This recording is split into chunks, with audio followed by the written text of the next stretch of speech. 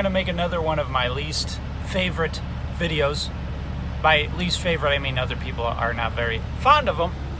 But this is an economic update. There's a lot of talk of recession coming, and it could be the rate hikes and stuff may be slowing down the economy, but it doesn't show that happening in the last quarter, 3.5%, 3.6. And I think a big indicator is that Warren Buffett just invested $4 billion in banks. All right, so the interest rates are going up, banks are going to make more money, all right, marginal wise.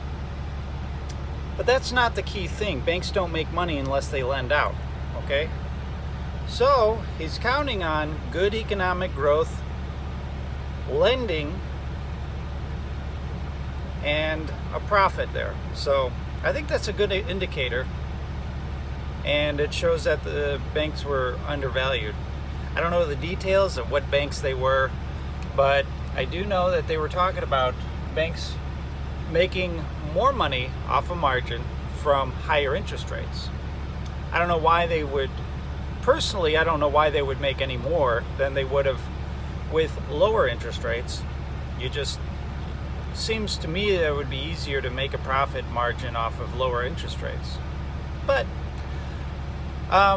another part of the economic forecast that I would say is that GM and GE, General Electric, and what was the other one?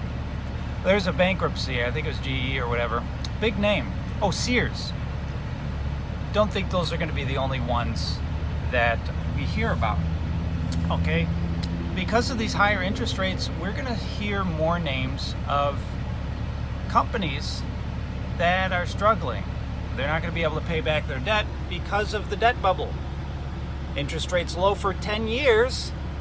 The weakest among the companies are going to borrow, do whatever they can to survive. Now, it wasn't the low interest rates and high interest rates that caused the problem.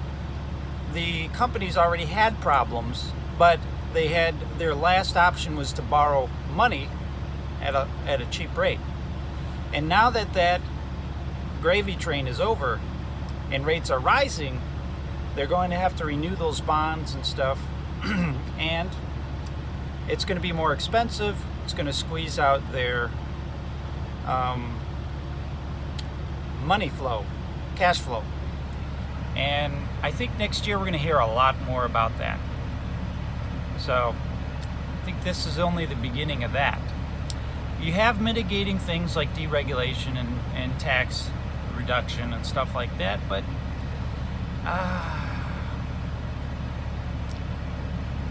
so there's going to be a shakeout of the weak companies, and I think it's going to be some big ones. You know, so that were in the trap. They knew that rates were going to raise eventually, and they did what they had to do.